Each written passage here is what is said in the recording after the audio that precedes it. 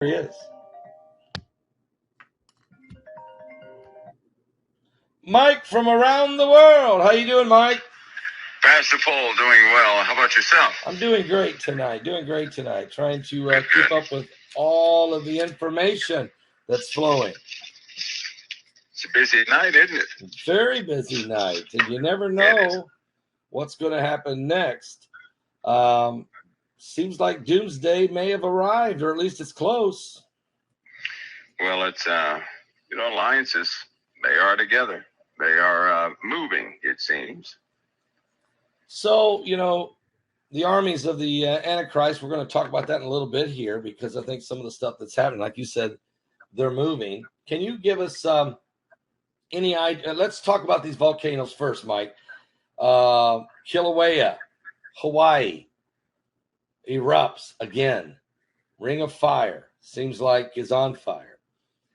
You've got that one happening. You've got the Canary Islands still going, very bad. We were hearing about others, of course, as you've mentioned, in Italy. And then there's this super volcano that has been identified between Madagascar and East Africa. Do you have any information on this super volcano or this underwater volcano, the largest they've ever identified? You got any info on this? Well, they had I know that May of 2015, they spotted, or they had some rumbles from this thing. 2018, it actually began to ripple throughout the earth, and it was the way they put it. I'm not sure what you guys are reading in public news, but it was one of the largest eruptions that took place. When it actually went off in May, the rumbles from this thing, it just rippled out, and it kept rippling out. But what they noticed was the deepness of this thing, and it was since then the magma has pushed up a clear, brand new volcano down there, which they actually mapped out next to the bigger trench. Now, I'm not sure if they're showing everybody the crack in the Atlantic, but it certainly is not helping matters. And what actually has happened is these conduits of magma are channeling off.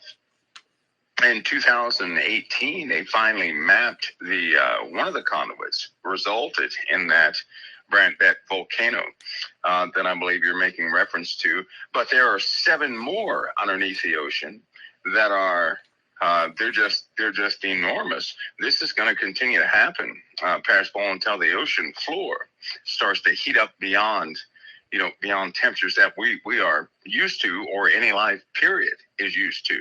So we have a continuation effect that has been going for a few years now, of the ocean heating up from the bottom, right? Because we have hot vents down there, right? 800-degree temperatures down there near that water. But imagine an area the size of Brazil, right? In the ocean, 800 degrees. And then that would essentially change currents, right? The currents would change as they are changing right now. That would change sea life. Numbers would decline. Certain bacteria would increase. It would just throw everything off balance. And of course, if the ocean is out of balance, then so are the mammals. They too are out of balance, because the birds are highly affected by this. And of course, that affects mammals on land. So yeah, this is that's the beginning of a chain reaction, which will go all throughout the sphere of life forms around the earth. So, Mike, this is a great. Of course, I've been holding this up. This is the volcano you're referring to. It's at the bottom of the ocean. It's between Madagascar and East Africa, the coast of Africa. I think it's East Africa. I could be wrong on that, but between Madagascar and Africa. Okay. And they're saying that you're saying there's a massive crack also. Are you saying this is part of that crack?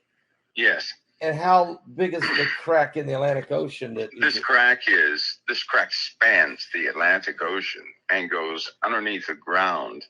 So it's in the ocean from the East Coast, from our East Coast, probably go down to in between Cuba and Florida, and you'll see the beginning of that crack. Then it goes northward and back down to Africa itself, near the Gulf of that will be Guyana, probably, and then it goes through the African continent, which is where the there's a brand new landmass that is about to be formed from Africa as it breaks in half, literally breaks in half, straight through to Madagascar.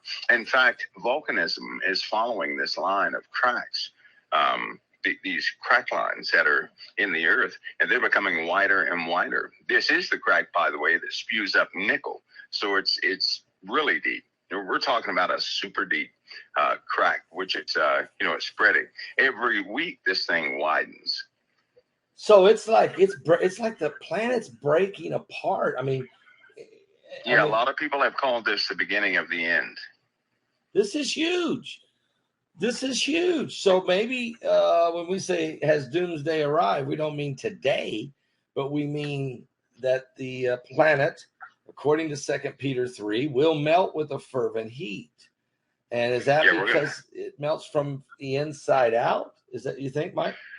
Yeah, I believe both from the inside out. And see, any external force, by the way, is going to just, increase this volcanism that we're having. This increased volcanism is just not happening out of the blue. We've got some enormous forces playing upon the Earth, playing upon Mars, playing upon all the inner planets and external planets for that matter. So, as this continues to go on, it's going to increase. By the way, it's exponential, meaning we could be affected one way 1 week. We'll have twice the effect, a week later, so on and so forth. And it just continues to happen. Earth essentially is an overcharged battery, right? It's about to hit an ignition point. And once that happens, you're looking at multiple volcanoes going off, probably near the same moments. I can tell you this. I can say this with the greatest of confidence. All of us are going to deal with an atmosphere full of black smoke and cinders. What? In other words, I've heard you talk about get ready for everyone's going to need to wear a mask, and not talking about a gas mask from the ash and the plume and the fumes and the toxic gas. Is that what you're referring to? You bet. And it's coming, and nothing is stopping. Past fall, since we last talked, there are about 5 volcanoes that increased in their magnitude of emissions, going from Chile all the way up to Mexico, just in that small quadrant.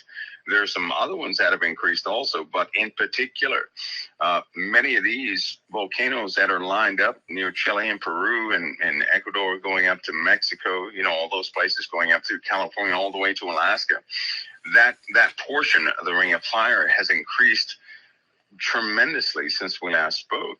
And of course, the Coast Plate is now rumbling. It's got a steady vibration underneath the ocean floor. And you know what that means for California.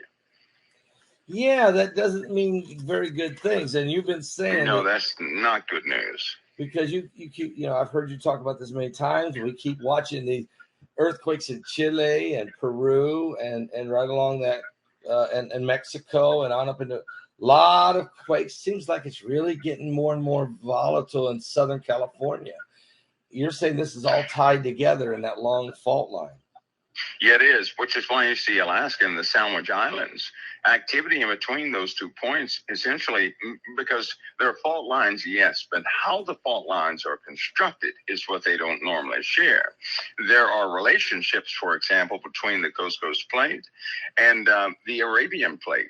Now, nobody would ever really think of those two being in relationship, but they are. The Australian Plate, for example, and the Antarctic plate are tied together tightly. So any action in any of these places is going to cause a reaction in another place, because when you have pressure on one side, it must be alleviated if the forces are too great.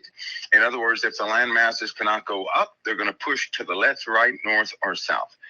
So some kind of way that pressure has to be alleviated.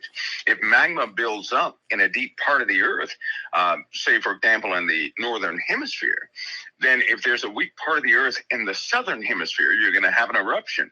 Now, all of these are different relationships that are being studied, being mapped, so that people can have a better warning system of what will really take place. Because we're past the point of the small happenings where an isolated volcano goes off and nothing follows.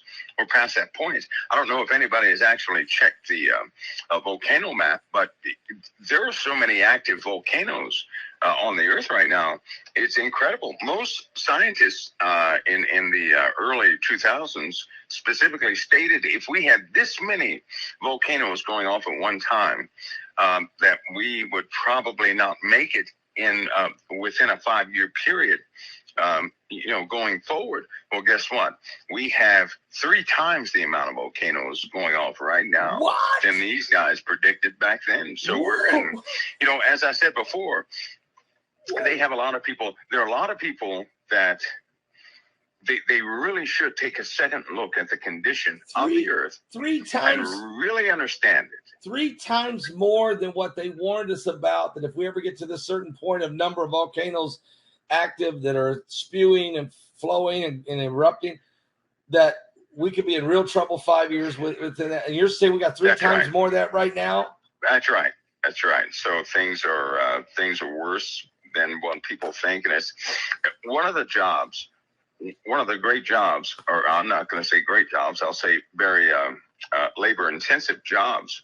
That is a real job, is to make everything look normal. And they're doing that so well. In the 90s, when they locked down the news channels, right? When the news channels were actually locked down, and the FCC had certain rules, and they had communications policy and everything else.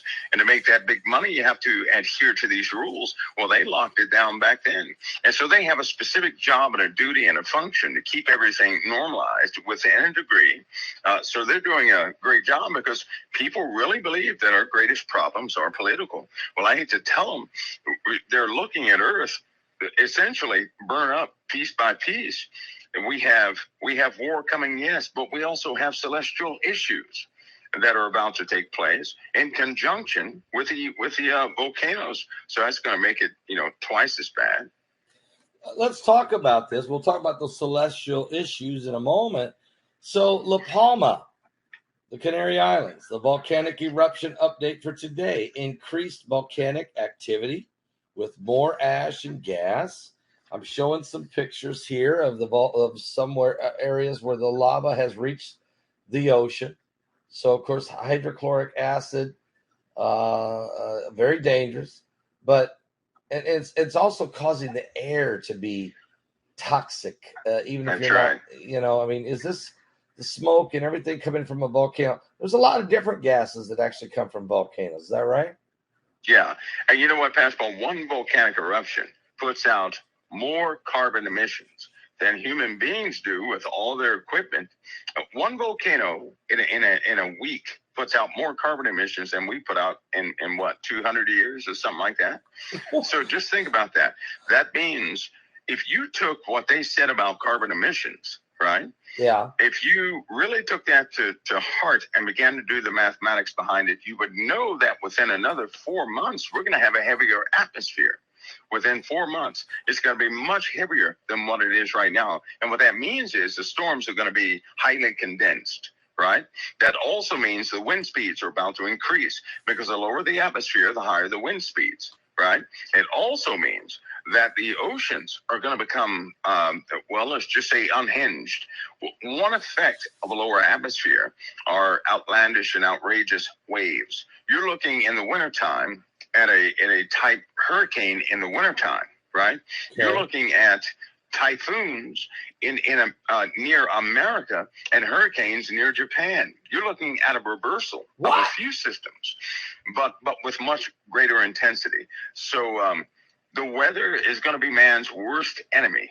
They're going to try. They're doing it now. They're trying right now to mitigate what's about to happen with the high winds. They know the high winds are coming.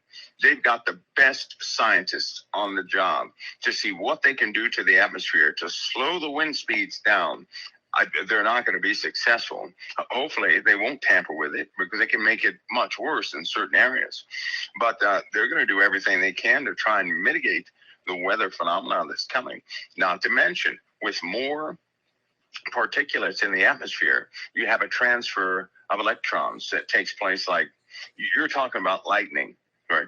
Just lightning all over the skies for no reason, right? Right. So that means on a clear day, there's going to be more death from lightning. I don't know if anybody has checked the stats yet, but this year more people have died from lightning than ever in history.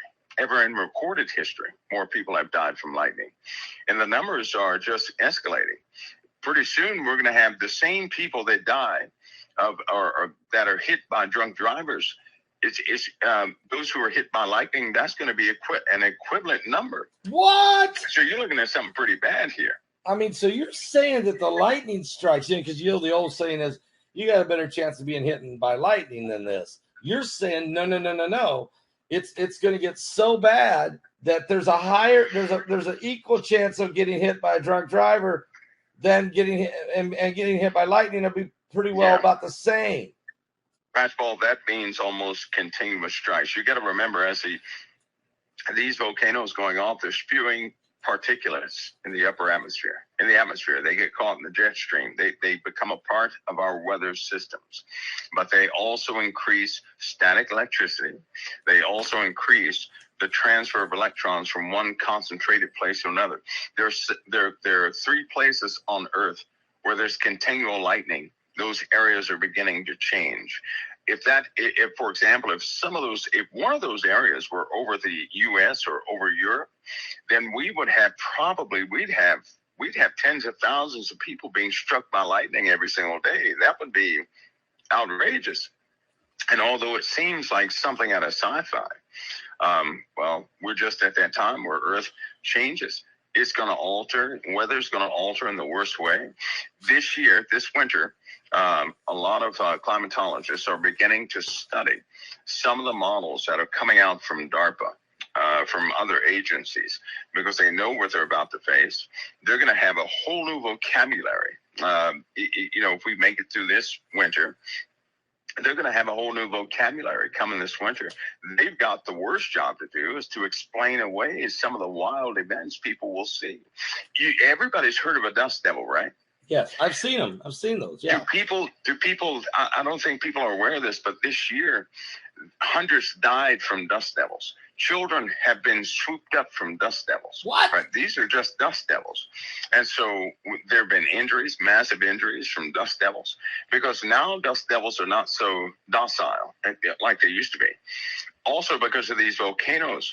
It's a lot of heat coming off these volcanoes causing vortices to form where they shouldn't. So we have weather really gone wild, for lack of better terms. And, that's just the beginning, because we're dealing with more compression on our atmosphere. And that's just the atmospheric problems. We still haven't dealt with the ocean yet and the water event that will surely come. Folks, Mike Around the World's with us tonight.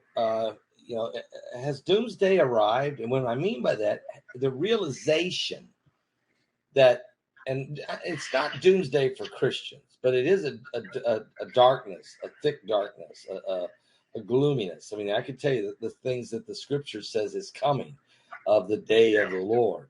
Well, you start to wonder, one day with the Lord's 1,000 years, 1,000 years a day. You start asking yourself a question: have we entered into that doomsday effect that the world would you say it, Mike? Pastor Rafe, I tell you what, we're certainly we're in a process.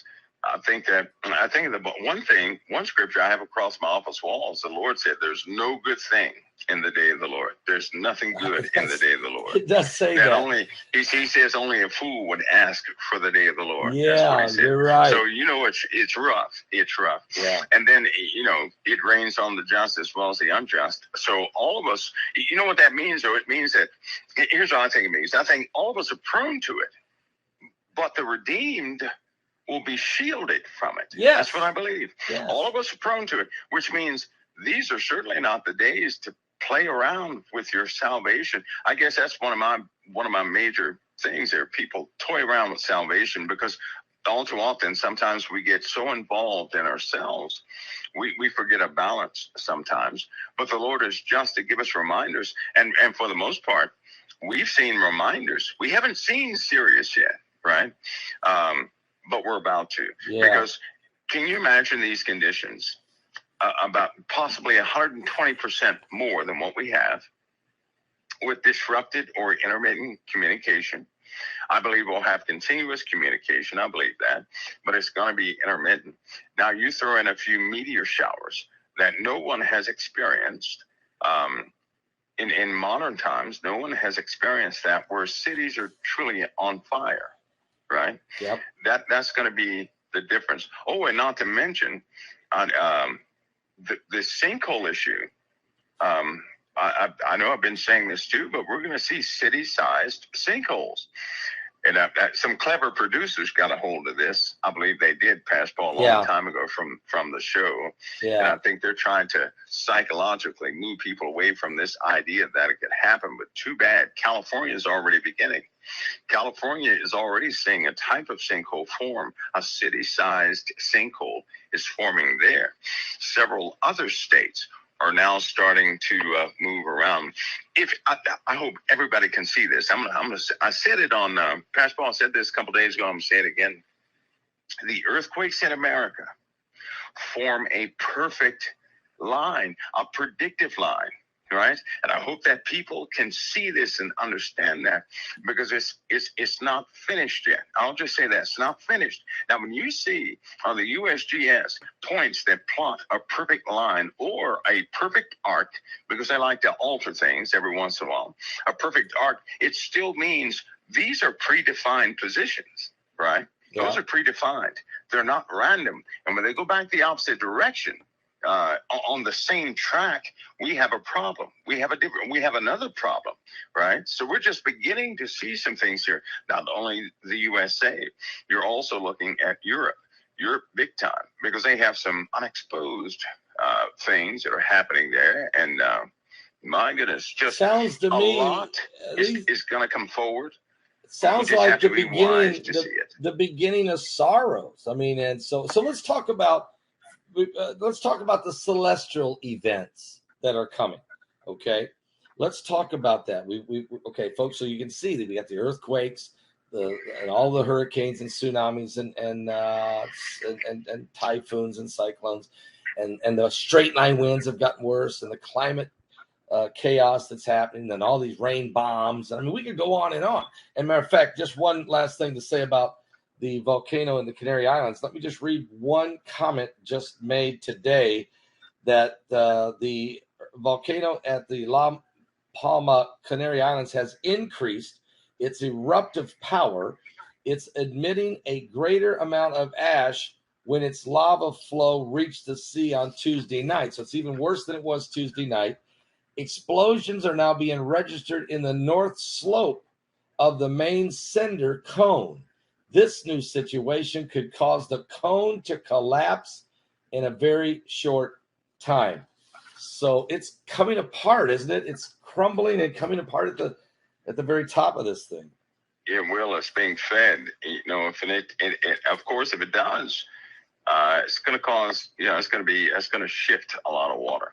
It will, and that could cause that. Could it cause that? But I'll tell you something. Okay. If it continues to increase, it's being fed. And if it's being fed, then Mexico better watch out. They really better watch out. They have about 28 volcanoes that are not showing that have not blown up yet. And I'm telling you right now that there's some heat plumes detected underneath Mexico that would blow your mind. And they are. If these volcanoes continue to receive this activity, they're going. I give Mexico maybe 2 weeks. They're going to have an eruption. They're going to have to deal. What? And you're giving it maybe 2 weeks. I give it a couple weeks. They're going to have to deal with an eruption. It's these heat plumes are. They can see those from space, by the way. They can see what's about to go and what's not about to go based on those heat plumes. With some kind of ultraviolet or some kind of infrared. It's some simple analysis, really. They have a network of satellites that monitor the surface of the Earth. They just sent another one up that looks in a different spectrum, but they can see the heat changes on the surface of the Earth. They can also look inside the Earth. They can look right through the crust and go down at least, I'd say about 3 or 4 miles. Audibly, they can go down hundreds of miles in the Earth and see perfectly. So, it's just a lot of things people don't know. They just don't know. But people can see things very well in the Earth, and I'm telling you now, the picture, this nonchalant picture they're maintaining on the surface, like everything is okay, these are normal conditions. No, they're not. They're not normal, and they're about to build up far beyond the point where we're at now. We're a boiling pot, and it's not even boiling yet. 8,800 of you. I want to welcome you tonight. Mike from the World's with us. We're live on the air, and let me just say, Mike, as you talk about the Canary Islands and the lightning, the spectacular danger now with the thunder, lightning, and of course we're hearing that the darkness, the danger of the ash and the toxic carbon. It's going to spread. It's going to spread. It's going to become more and more dangerous for the lungs of people. It's going to spread. Okay. Yeah. And we know that this happened in Hawaii. So this is right in the middle of this whole ring of fire. Is this just par for the course, or is there anything here we should be concerned about in Hawaii, Kilauea? Well, you've been having a lot of earthquakes in Alaska in conjunction with the Sandwich Islands. Remember that teeter-totter type eruption thing it was giving, right? Yes. So, yeah, Alaska would erupt, Sandwich Islands would erupt, Alaska would erupt, so on and so forth. Now, that shows a relationship, right, in pressures. Clearly a relationship in pressures. Both areas have built up magma underneath them. Alaska's heated up so much, it's severely hot, to where it's exposed some black projects up there already, right? In some places where it's not supposed to be hot, you have a meltaway happening, and they're going to be forced to get out of, they're going to bring some special teams outside of a base there because the ice is not covering it up. That will expose enough within itself. In Alaska, if they receive more quakes, that means the magma is trying to find a way out, and it will. It will eventually. So now, they have volcanic activity. That's not really new.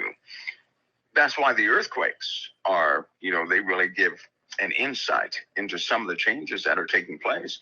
And if you start to look at Alaska and the places that have heated up, it's very unusual. It's never happened before. Never happened before. So, in fact, the military counted on parts of Alaska being frozen for a long time. They're not frozen, Pastor Paul. They're thawing out. Everything is thawing out.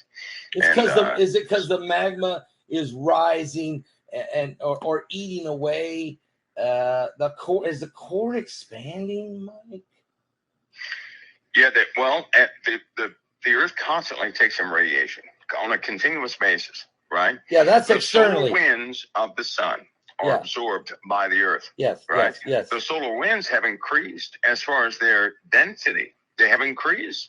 That means you can have slow solar winds, but the greater density means we're taking on twice as much as what we usually did. Now, one of the telltale signs is when the aurora stretches all the way down to America. When they see the aurora in Mexico, all right, when they really see it clearly in Nebraska, that's going to be a danger sign. Are you serious? People will say it's beautiful every evening. It's going to be a danger sign. When the skies are colorful, that's a danger sign. And that will no doubt take place because those auroras, right, are the result of upper atmosphere high-speed collisions. That's what they are. High-speed particles are coming in from space, hitting some of the particles that travel the magnetic field lines of the Earth. And when they explode, they cause colors. If it hits nitrogen, it's one color. If it hits oxygen, it's another color. If it hits, hydrogen, another color, so on and so forth. So these colorful skies seen over America, that's not going to be a good sign. That means the entire magnetosphere is overloaded, is transferring too much radiation in certain areas, and that's just not a good sign. All right, Mike, let's talk about a couple other things we want to talk about. Let's talk about that celestial. Before we go to the celestial threat to the Earth, I want to ask you a couple questions. about 17,000 Haitians or so made it in the United States. We saw the situation under the bridge, and it was very concerning. We understand now there's another 12,000 Haitians that are working their way up through Guatemala. They're getting ready to come into Mexico. I'm hearing as many as 60,000. That's a rumor. I don't have that confirmed. Could be also coming behind them. Apparently, somebody's bringing them on boats to Panama. That's a lot of money to move that many people. Who's doing it? Who's paying for that? Who's doing that? Pastor Paul, check that situation out. I want to say this. Here's what's so bad about this entire situation. Okay. You have folks over there who you just can't jump into another country and be accepted, right? No. And I'm not a political guy. I don't take sides. No. But when you do not tell folks, listen, you just can't come to America, you're hurting the families coming over here. Here's what happens. These folks are spending all of their money to get a boat ride and transportation over here. There are always people willing to take that money and get them as far as they can. A lot of them, they only have $800 to their name with children, right? So they take all that money, get a boat ride, because no one in this administration has told them, don't come over here, right? So they all get hopeful, right? This is the bad part. They get hopeful, and Christians are well aware of this situation because every single believer has gone through this. They get hopeful and they say, yes, this is it. We can finally, do something. They get over here, they get stopped, they wait, they become part of some political game, and the families are most often destroyed because they're fractured. Right? They get split up, all sorts of things. They get in trouble in Mexico. These cartels trying to get to them, whatever the case is. But they get over here and their hopes are broken, right? I know for a fact that some of the ones that made it into the country and they shouldn't have are saying, this is not the way I wanted to come in here, right? This is not what I thought would happen. And they're separated from children and everything else.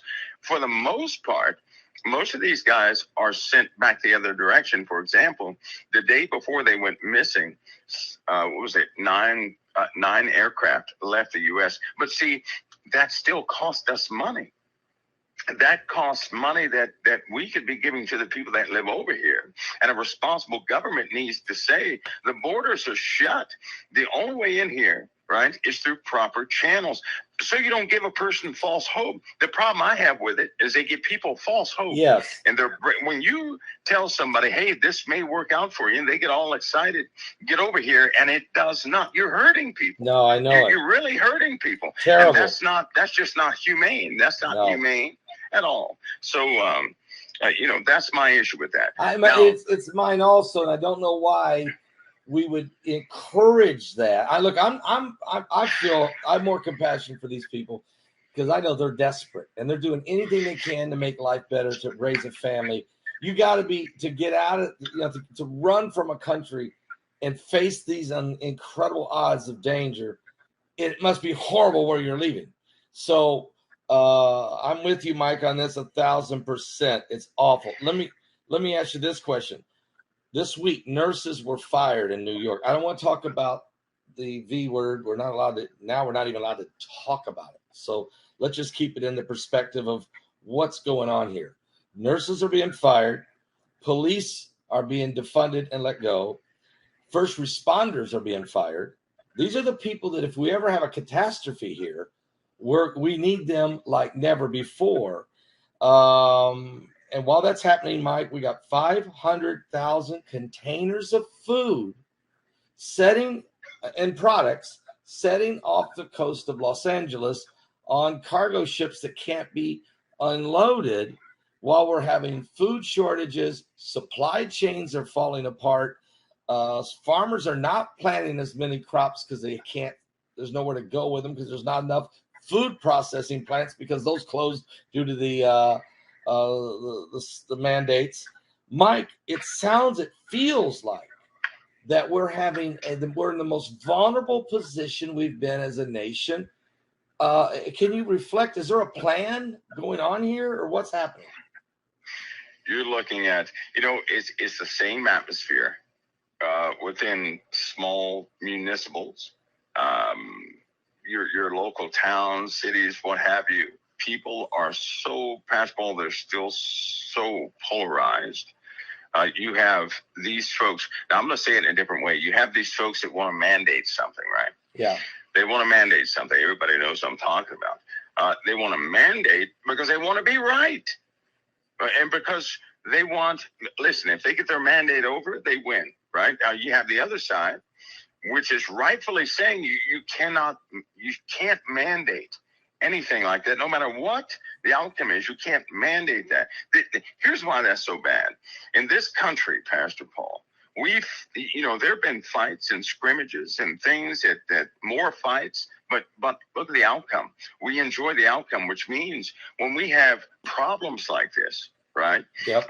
In today's modern world, we don't fight them out on the backs of citizens. Right? You No. fight this stuff out for the benefit of everybody, which means one of the mistakes they have made was when two parents are in a home, you don't argue in front of your child. No. The child didn't ask to be here, so you go somewhere else and you have that conversation so the child can still be a child. What they've done in government is they've opened up to the world arguments that the world, they don't want to hear that stuff, because if they hear it, they're going to have to deal with it. And if they have to deal with it, they're going to end up taking control of it, picking a side. It's just going to cause more division.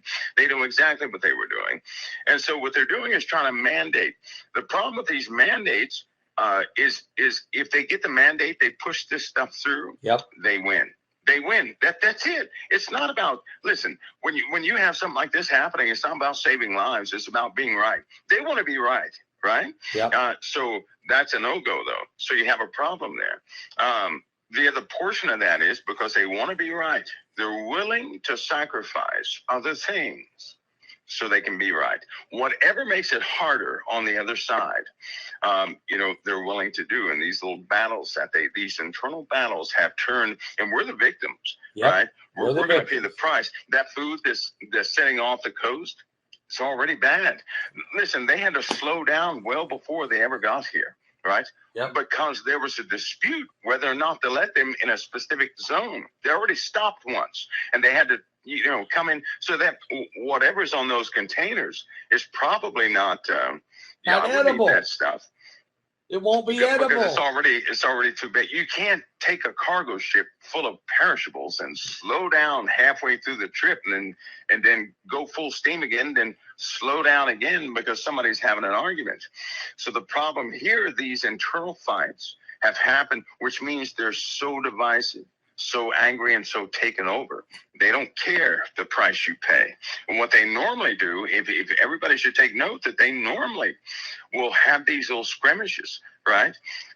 And then what we consume in our lives degrade throughout the process. It degrades. If we get too involved in their junk, our lives degrade all the way. There's no solution out of it.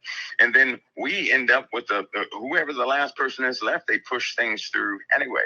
I can say this, and this is why I continue to say, Pastor Paul, an element will rise and push all of that stuff out. And it won't come. It's not coming from some elected source. It's coming directly from the people. And it's that's an issue for them. Nevertheless, it's happening every single day. Amen. When you have 2 million military individuals, career officers, career enlisted, high enlisted individuals, when you have those individuals and they tender the resignation, something is wrong. And we're not talking about individuals who are divided by politics. We're talking about people who care about this country. Something is wrong. And so, they're facing a lot of that. But Pastor Paul, I can also tell you this, that there are people who sit around tables and they say, well, how are we going to get rid of people? Right? How are we going to make it so everybody can eat, so everybody can do this and everybody can do that? And to be honest with you, and it shouldn't be a secret now, but there's a mandate every single term to keep the population to a specific minimum, whether by abortion, whether by certain diseases not being treated, whatever the case is, right? But if people recognize this, like take, for example, high blood pressure, sugar diabetes. Why is it so prominent in America, but only in specific places. Why? I'll tell you why. That's population control, period. That's been going on since, that's been going on for a long time, since they, kind of kicked Kennedy out. And that's the exact stuff Kennedy was going to expose. Those type things had nothing to do with what most people think, but he was going to tell the people, you have to take your country back. And then, of course, he never got to get that message out, did he? No. But ever since that time, these diseases have been coming up, and it shouldn't be a mystery because they got they were testing things on certain people back during that same time through mosquitoes, and people were dying. Some of the diseases that people are dealing with now, they began back then. These are created diseases, Yep. not natural diseases. And people are dealing with it right now. They just don't know it was a disease created in a laboratory. They don't know that. So just like today, we're fighting a disease today, which certainly can be fought. But you can't force people through this militant type of remedy, right? That because they're forgetting about the natural course of the body. Your body knows how to fight everything out there. Your body does. It knows how to fight everything out there. And the truth be told, anyway, you're going to have some people that will comply and some people who won't. Right. If those who will comply went ahead and complied, right, then guess what would happen? The disease would change. It would change in a way where it would weaken itself, likely go dormant. Nobody would have to deal with it anyway. And all of those who weren't forced, their immune systems would alter being around those who have already changed. That's humanity as a whole. If you have half of it immune to something, that can actually transfer to those who have had no type of anything. All right. Mike, can you turn your volume up? Can you? Is it going down? Well, it sounds very low. I'm trying to see if I can. Let me see if I can find my. I have another little thing here. What about now? How do we sound now? You're coming up Still now. low? No, you're coming up now. It's okay. Okay. Maybe it was a conversation. Well, you never know. Let's talk about this. Let's talk about now the threat from the sky that you're talking about. The threat from the sky. Oh boy. So, okay, I think you've done a great job describing the magma, the volcanoes, the effect we're having on the planet. But now let's talk about the effects coming from exterior and inbound. Where are we today? Well, Pascal, all of us, we understand what they call global warming, right? The difference is all planets are going through it. All of them are. So we certainly have external effects on the entire solar system. Everything is heating up. We also have these gigantic, here's a term that you're going to hear more and more. You guys ready for this? Super asteroids. You're going to hear that word, super asteroids, and super comets. You're going to hear those words.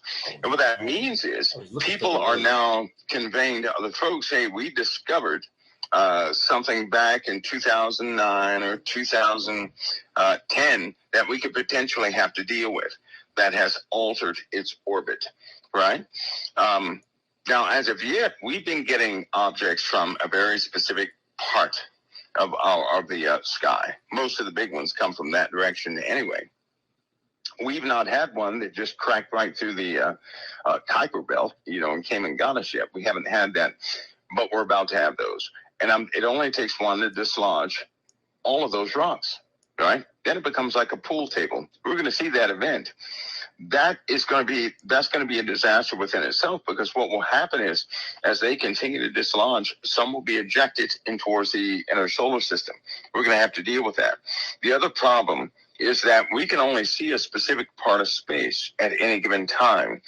The problem now is the activity level out there in space is so high, it's just not enough, which is why you have every single country scrambling to find the best solution, right? They know they're going to, they know they're going to have to deal with it. They're not holding back. They know. Okay, when you say that, are you when they have to tell them? When you say they have to, like the movies. Okay, right? when you say they have to deal with it, was part of their plan the underground cities, the underground Was that the first attempt to how to deal with it, and then have they evolved into something else?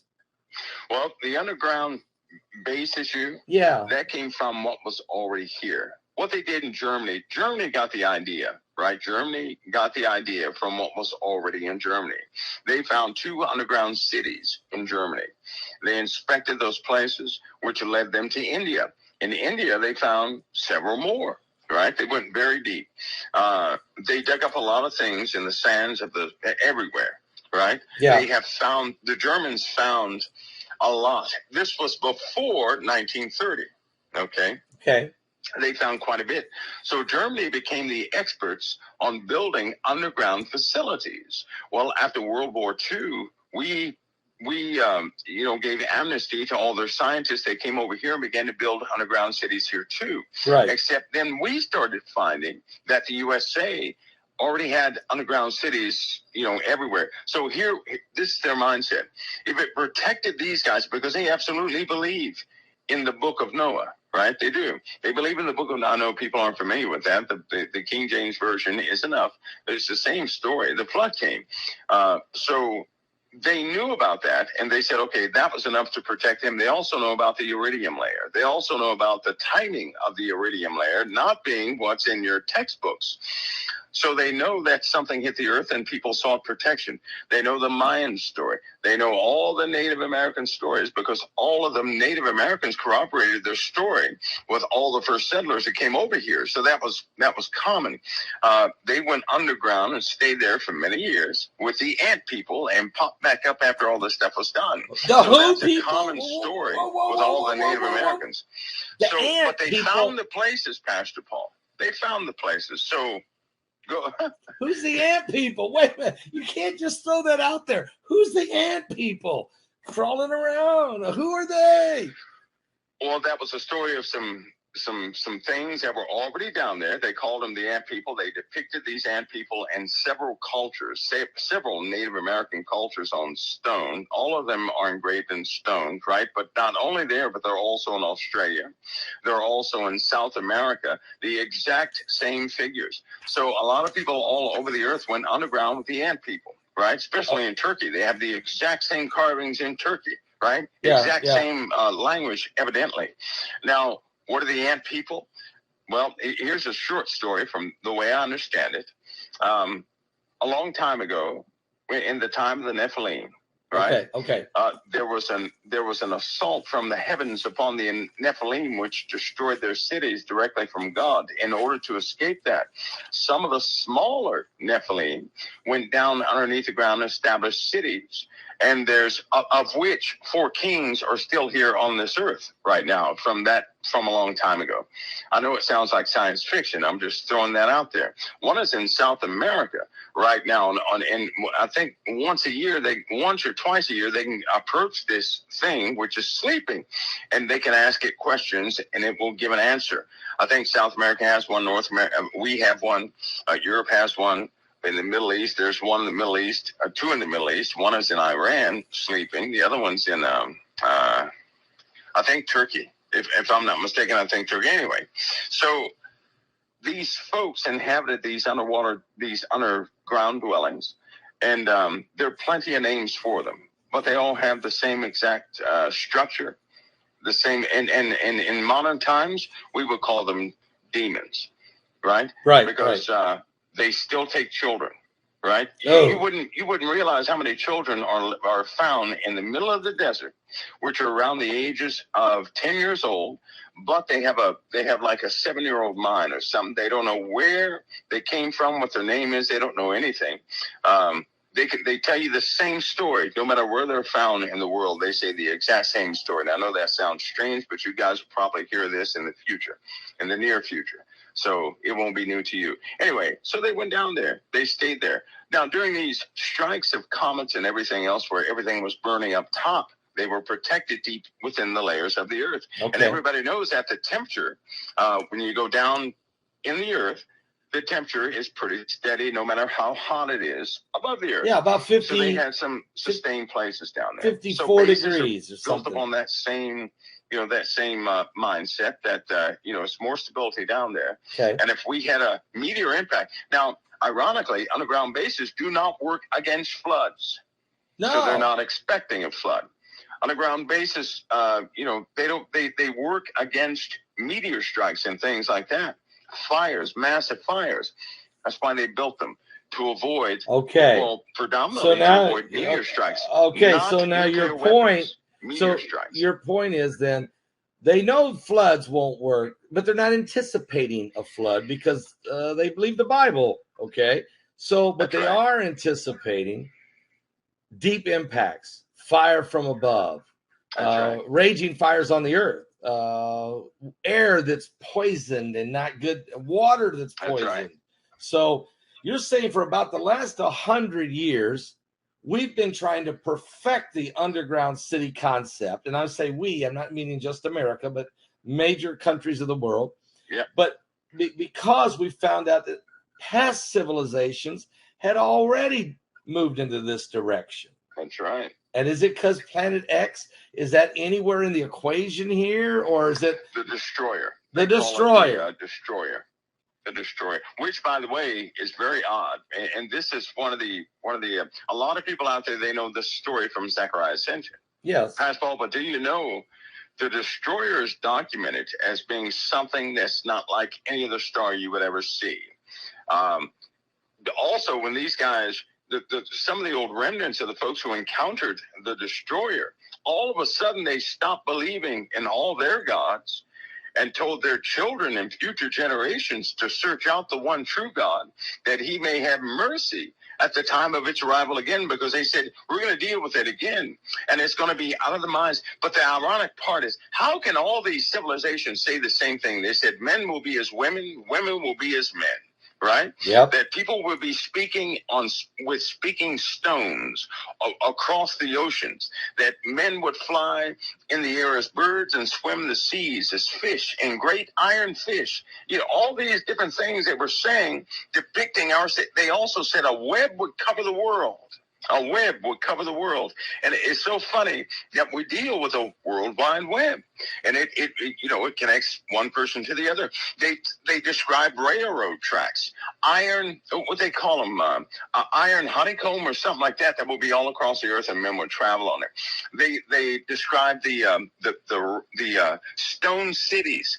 They said, but they did say all the stone cities will be a smoke, and everybody will flee the stone cities because of the fire. Instant fire. Columns of smoke would be seen as far as the eye can see coming off every stone city. They describe some stuff. They describe the age of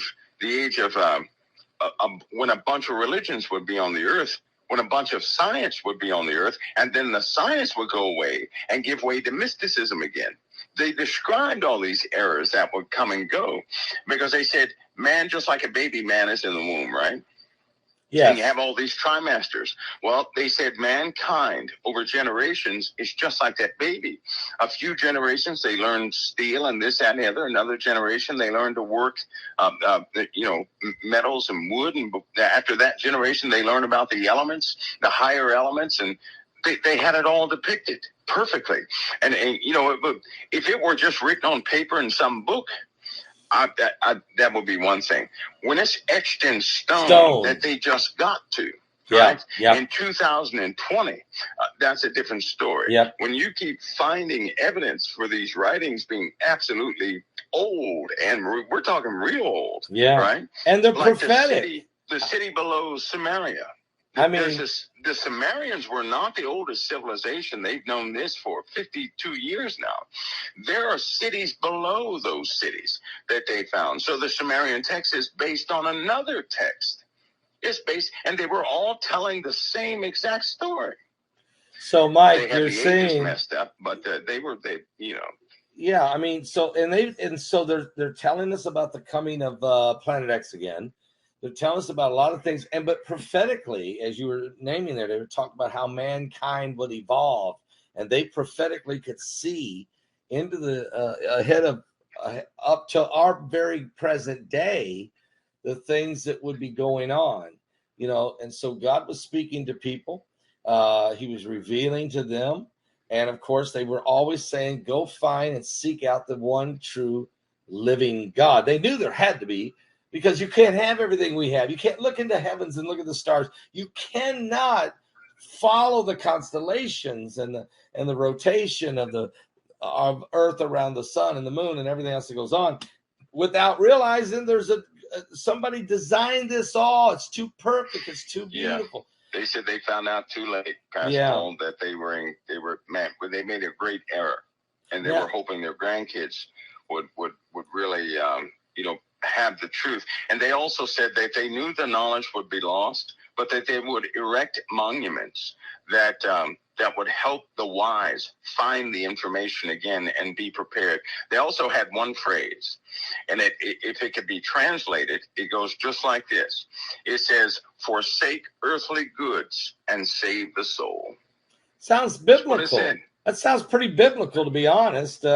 Each one. Well, they turned, that's just like the Hopi Indians, the Mayans, right? The Mayans, you know what they just discovered in some of the Mayan temples that in January they didn't really want to release, and it was their doom. They were supposed to reign 1,000 years. And then they found this writing where they started believing in Yahweh. It specifically says, translates into Yahweh, where they found out that they were in error too. So some of these older stories are being picked up, right? As they dig deeper, they find more truth. And, it's too sad, but some of the survivors found that ultimate truth. But most of their people did not make it, of course. But we know that. Well, now let me ask you something. Heidi has a question for you. And I forgot I actually slipped my mind how to say it. When I said earlier that, look, we got containers of food out in the ocean. We've got nurses, police, first responders, everything being let go. We have a southern border that's really very porous and confusing. Food prices are rising. Oil prices, natural gas. Look at Europe. It's not just America now. This is a global problem. Disease, plagues, sicknesses, wars, rumors of wars, world economy unstable, divided nations, and it's all happening at once. She said, how can this timing, is there a reason for the timing for just about everything that could go wrong or is headed in the wrong direction? The timing is now. Is there a reason? She said, ask Mike, is there a reason? Is there a master plan? Is there a reason? Well, let me give you there is a reason. Let me give you a small hint. Okay. The economy has to be transformed into another system. Okay. The only way for people to truly embrace a new system is that the old one completely failed them. Yep. That's the only way. Yep. Right? So there is another system already erected. Elon Musk is going to head up part of the division of getting people used to digital currency. Yep. Elon Musk will. So he should come out with some, news about something dealing with some new currency. But everybody will see. Sadly, most of these things are planned out. The saddest part is this, that often the populace fulfills the script that's already written. And this is something that, I would just love for people not to do. In other words, don't fall into the trap presented to you.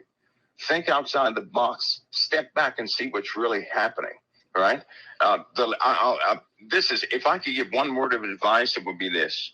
If we could not be involved into the dubious doings of these individuals that govern the world and take a step back and fully be in Christ, we see it all. And that we'd never be moved by what we see on television, but we would be those who cause results to happen, because we're about to enter into a season where life is lost.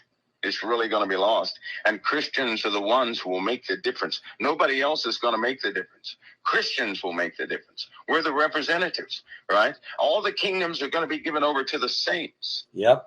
The kingdoms will be given to the saints. So the saints have an extremely important job to do right now, which is why Satan is probably attacking he's attacking everything he can do to make it feel like you're doing nothing. Let me tell you something. If you're a Christian and you so much as speak a small, tiny 2-word prayer, it does more than the average person can do most of their lives. So whatever you say, whatever you do, it means everything. Just stand on Christ and don't listen to Satan, which says you don't matter. That's not what the Lord told you. The Lord did. And by the way, all this stuff happening is not against you. It's for you. It is specifically for you to move some things out of the way that you will not be. You're just not going to have these roadblocks anymore. People won't believe what you're saying about the end times. When their house is burning up because a meteor slammed into it, they're going to come to you and say, how can I be protected? It'd be a good time for you to tell them about Christ. Yes. Because at that time, they'll be ready to receive. When waters are on their front porch after they said no water's going to come anywhere. Right. It'd be a good time for you to talk about the everlasting water of the Lamb, right? The water of life. The Lord's going to open up these doors. He'll protect us as we walk in Him. So the key is learn to walk in Him now. Learn everything you can of Him now. When that time comes, you'll be a laborer. You just said it, Mike. Don't walk in fear. Walk in the faith. Walk in the Spirit. Walk with Christ. And when these things begin to happen around, people are going to be asking you, all right, I'm seeing the picture now. There really is the last days. There really is. What do I need to do to be saved? Or what do I need to do to protect myself? Or what do I need to do to get right with God? And so you're saying we got to keep ourselves not walking around living in the same fear that they're in, but stay protected in Christ. Stay confident in God's word and his precious promises to all of us.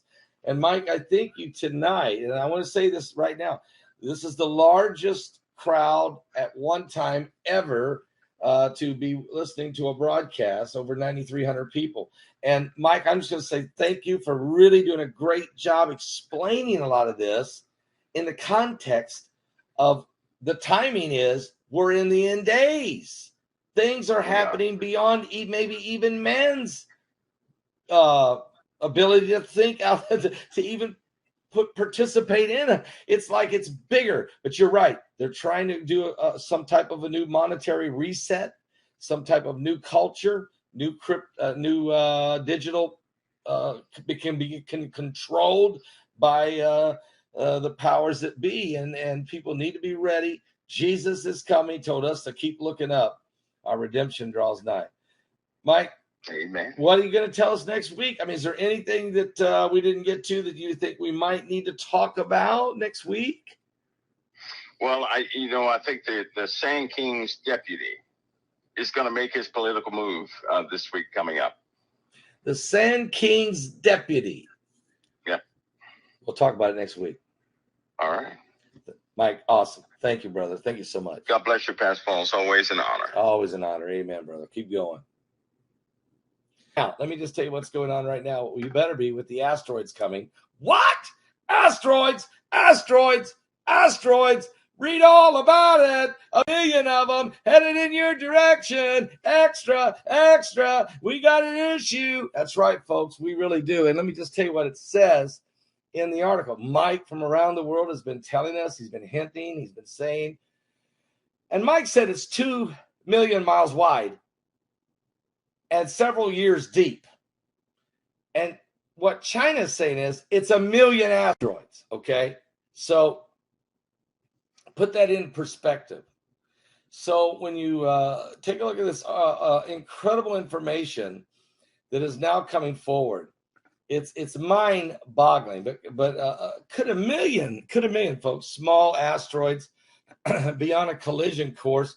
Excuse me, hang on a second. I mean, are you serious? Could 1 million small asteroids be on a collision course with Earth? Well, according to reports, NASA image was released in October the 9th of 2019 showing the center of the Milky Way. And that's the very picture I put on your thumbnail as the Spitzer Space Telescope infrared cameras penetrated much of the dust, revealing the stars of the crowded galactic center region. This center of our galaxy is crowded place, folks. And there's speculation of at least 1 million asteroids headed in this direction. Up to 1 million asteroids could be on course for the Earth over a period of time, according to Chinese astronomers. They're predicting between any time now and 100 years. Well, wait a minute. So you'll say, oh, well, Paul, we're not worried about it. It's 100 years old. No. They're putting this big brush so that they don't get pinned down and so they don't create the panic. But they certainly want us to know what's going on. Matter of fact, they're telling us that these 1 million asteroids could create a risk of collision. But almost a lot of these asteroids are less than 100 meters in size. That's small compared to some of the huge ones. But folks, let me remind you, the asteroid that hit in Russia in that frozen lake in Siberia in 2013, in February of 2013, that thing was only 30 meters. And it damaged 1,500 buildings and injured 1,000 people and didn't even hit the town. It hit a frozen lake way out there about 50 miles outside of the city in Siberia, 50 miles away. And the shock wave shattered glass and injured people. So when you start talking about 100-meter asteroid, I realize those are small in comparison to some of even the bigger ones. But still, you got 1 million of these coming this way. And according to Mike Around the World, we're going to start seeing remnants of this. It's already happening. Okay, the meteor storm is coming. We've heard Mike talk about this now for about the last 3 years. And so China is the first country to come out and say there's 1 million asteroids that's coming this way. Now, they don't want to put a real tight time frame, so they just leave this big vague time frame. But you've heard Vladimir Putin. We know we've heard him talk about how that Russia thinks they should start turning their nuclear missiles toward the sky and get ready to start shooting down incoming asteroids. We've heard China talk about the exact same thing. We know the Americans are being a little more quiet about it, but they're building, and they keep saying they want to go up and start nudging them and deflecting them and trying different ways. In other words, the information is starting to seep out, starting to leak out that we have a serious problem. How big is 30 meters? 30 meters is 90 feet. So you have a rock that's 90 feet wide, or just say in diameter. That is a big rock, okay? That is one big rock. Oh, no, it's small in comparison to maybe, Apophis, which is 4.5 football fields wide, which if it hits will wipe out probably half the earth.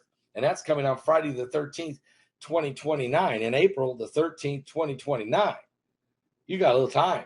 But we don't, and then when that one's on its way, it's going to skim by. It's bringing a lot of other rocks with it, and those are varied sizes, and something may hit us. But before we ever get to 2029, guys, we got a meteor storm coming. A deep impact has already happened to Jupiter. We know it's closing in, and you're starting to get the soft disclosure on this, guys. Soft disclosure. So, think this through. 30 meters is like going to the 30-yard line on a football field. Thank you. That's similar. So, that's a look. You don't get hit with that. So we're dealing with some serious issues here, and now it's being released by the Chinese, and the Chinese know we got issues now. According to science, NASA jumps in and says, "No, wait a minute. There's only a slight chance that the asteroid Bennu could hit the Earth." We're not talking about Bennu. We're talking about 1 million asteroids headed in this direction. But NASA does jump in, and they want to deflect from the issue of the 1 million asteroids. And instead, the accurate identification of impact, threat, targets, and early warning capabilities require more precise algorithms for orbit determination and impact risk assessment, they said in a paper published in the domestic peer-reviewed journal Acts of Astronomica Seneca, and they said this on this past Thursday. But astronomers have focused on bigger asteroids with the potential to hit the Earth, and asteroids with a diameter in tens of meters have not been regarded as a serious threat, with little interest on how many near-Earth objects were out there or when they would come. They're holding that in vague. So how could 23 giant Chinese rockets could save the world from doomsday asteroid? This is a report. But neglecting the threat could be actually costly, according to the Chinese researchers. In 2013, that asteroid exploded over Russia in the frozen lake in Siberia. That asteroid was only, I said 30 meters, please forgive me, 19 meters. It was only 62 feet wide, but it generated an explosion about 30 times as powerful as a nuclear blast over Hiroshima. And it was only 19 meters. 19 meters! And it was 30 times more powerful than Hiroshima. The shock wave damaged 15. I'm sorry, I was wrong on my numbers. Damaged 7,200 buildings and injured 1,500 people who all required medical treatment for various injuries, mostly caused by shattered glass and windows in these buildings in that city. So that's only 19 feet. So believe me, if you got 1 million asteroids coming this way, most of which are probably around the a little bit less than the 100-meter mark, but still, what about the other smaller ones? You can't see it. And what about the bigger ones that's mixed in there? And so we just go with Mike around the world's information. Let's go with that for a minute. Because Mike says, hang on a second. This thing is huge. This is a million. It's this meteor entourage, this incoming asteroid phenomenon, this meteor storm that Mike likes to call it, is 2 million miles wide and several years deep. And now let's just say, which contains over 1 million asteroids headed right in our direction. Now, Jupiter's going to deflect a lot of them, going to take some of them on. The moon's going to take some, maybe even Mars to get some, but we can't get them all. There's no way we're going to get through this thing without some impact. And they all know it. That's why you see underground cities being built, have been built for the last 40 years, 50 years. We have all the ancient documentation that tells us that we've been here before, not just because why? Planet X, Nibiru, planet number 9. I seen an article came out again today talking about planet number 9, which is the same thing as Nibiru or planet X. And they're talking about how it could bring disturbances in space, in the heavens. Well, Jesus said it this way 2,000 years ago, which I'm sure he's got a pretty good idea when these things are coming. He said, look, there will be signs in the sun, the moon, and the stars. I think that's because it's going to be taking on impact. And distress of nations with perplexity or confusion. The sea and the waves will be roaring, and men's hearts will fail them for fear, for looking after those things coming upon the earth, for the powers of heaven shall be shaken. Looking upon those things coming up on the earth, what are we talking about? Would you consider 1 million asteroids? This ain't my words. This is China's words. This is Mike from around the world's information. And this is what the Russians are worried about, the Americans, the Chinese, the Europeans, and people are building underground cities everywhere. Do the math on this, guys. Sit down and do the math. Something biblical is going on with the signs of the second coming of Christ. But wait, Jesus said, and then men's hearts would fail them for fear, for looking after those things coming upon the earth, for the powers of heaven shall be shaken. Then, here's the good news, then shall they see the Son of Man coming in a cloud with power and great glory. And when these things begin to come to pass, he said, look up, lift up your head, your redemption is drawing nigh. Wow, are you serious? You better get ready, folks. You better get things right with God. It's time to repent. It's time to be born again. It's time to be set free from the bondage of sin. It's time to come out of the darkness into the light. It's time to walk in the light as he is in the light and have fellowship one with another. That the blood of Jesus Christ, his Son, shall cleanse us from all unrighteousness. This thing is real, And we're going to continue to keep an eye on what's going on out there. And we're not even talking about Apophis. We're not even talking about Friday the 13th, April 13th, 2029. What about all the blood moons? What about all the solar eclipses? What about the comets? What about the waves of energy? What about all the solar winds, solar flares, plasma storms? What about the earthquakes? What about the volcanic eruptions? What about the heavens are shaken? What about the atmospheric compression, the straight line winds, the hailstones, the lightning strikes? What?